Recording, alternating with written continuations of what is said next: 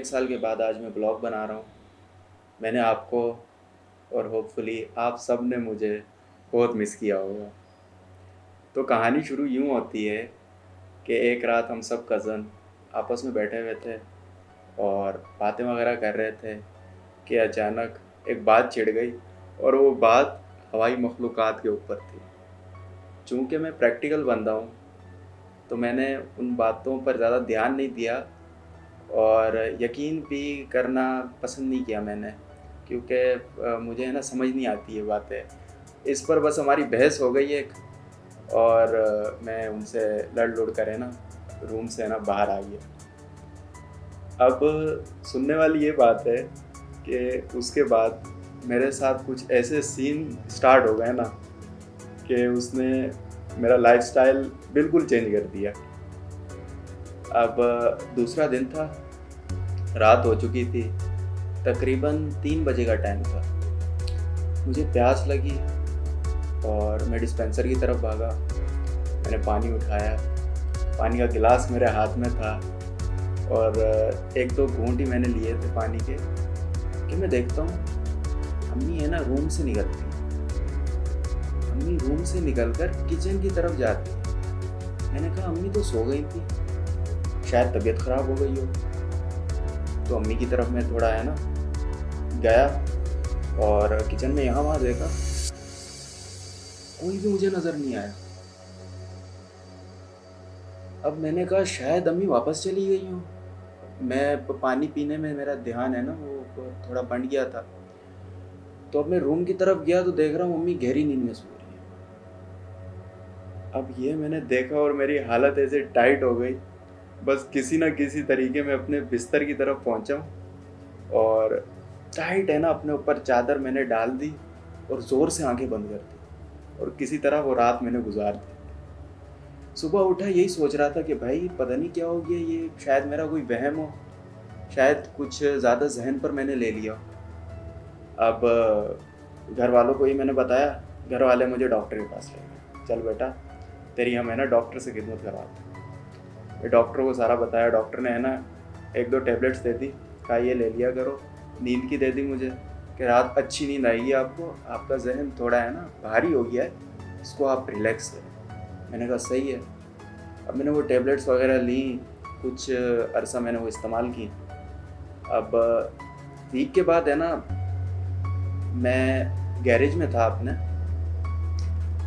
अब गैरेज में एक वॉशरूम है हमारा, तो वॉशरूम की तरफ है ना एक कोई मुझे है ना ऐसे कोई चीज़ है ना, यानी ज़ोर था उस चीज़ का, कोई ताकत थी, वो मुझे खींचे ले गई उस वॉशरूम की तरफ। मैं गया उधर। अब मैं वहाँ गया हूँ, वहाँ पे है ना एक हमारा जिससे गाड़ी का है ना टायर खोलते हैं ना, एक पाना टाइप था, एक टूल था, अब वो पड़ा हुआ था। अब मैंने पता नहीं कैसे वो मैंने उठाया और मैं बाहर आ गया वापस गैरेज की तरफ और वो मैं ज़मीन पे मारा। अब उससे काफ़ी शोर क्रिएट हो रहा था। सब घर वाले हैं ना आ गए गैरेज में, हाँ भाई क्या हो गया। अब खुद ब खुद मैं बोल रहा हूँ ये गाड़ी है, इसे मैं आज जहाज़ बना, मैंने आसमान की सैर करनी है और मैं देखना है जहाज़ पे बैठ के पूरा पाकिस्तान घूम के आऊँगा। उन्होंने मुझे पकड़ा, रूम में डाला। अबे भाई क्या हो गया तुझे। तो मुझसे पूछ रहे हैं खैरियत है ना, बुखार लग रहा है, जहन पे आपके है ना असर कर रहा है, आओ तुम्हें मौलवी के पास लेकर जाते हैं। अब भाई मुझे मौलवी के पास पकड़ के ले गए। मौलवी साहब ने मुझे कहा कि आप पर अब वो जो होता है, आप पर है ना कुछ साया वगैरह है, कोई आपने बेहुरमती की है, तो ये ठीक नहीं है। मैंने कहा यार मैंने तो ऐसा कुछ भी नहीं कहा, ये क्या हो गया मेरे साथ।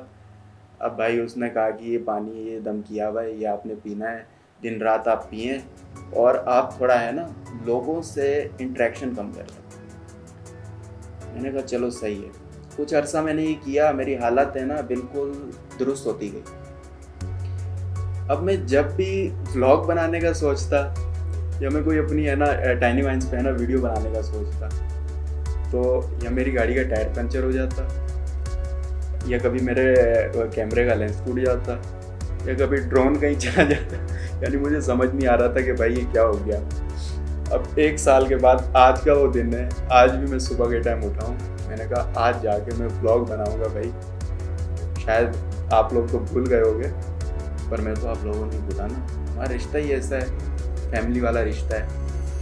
तो मैंने सोचा मैं ब्लॉग बनाऊँ, अब सबके साथ ये शेयर करूँ कि भाई ये सब हो रहा है मेरे साथ। जब भी मैं है ना यूट्यूब की गलियों से निकल कर किसी और गलियों में है ना बहक गया था, और मैं वापस आना चाहता हूँ वहाँ से।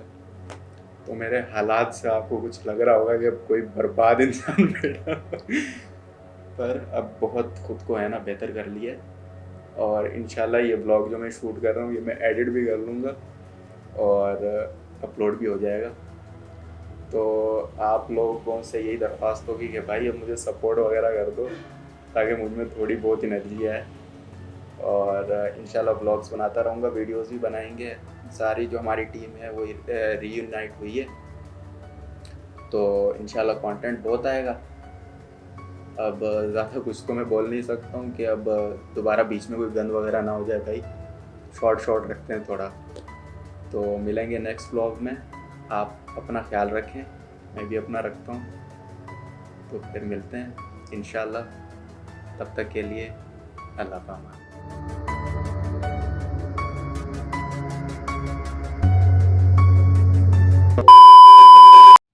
तो अभी आप लोगों ने जो ब्लॉग देखा भाई, इसे सीरियसली लेना, सिर्फ आप लोगों के साथ है ना मजाक किया है, और कोई भी बात है ना दिल पे नहीं लेना। अपना ख्याल रखें और खुश रहें, और अल्लाह पामान। भाई सबने बोलना है अल्लाह पामान, बोलो अल्लाह पामान। अल्लाह पामान।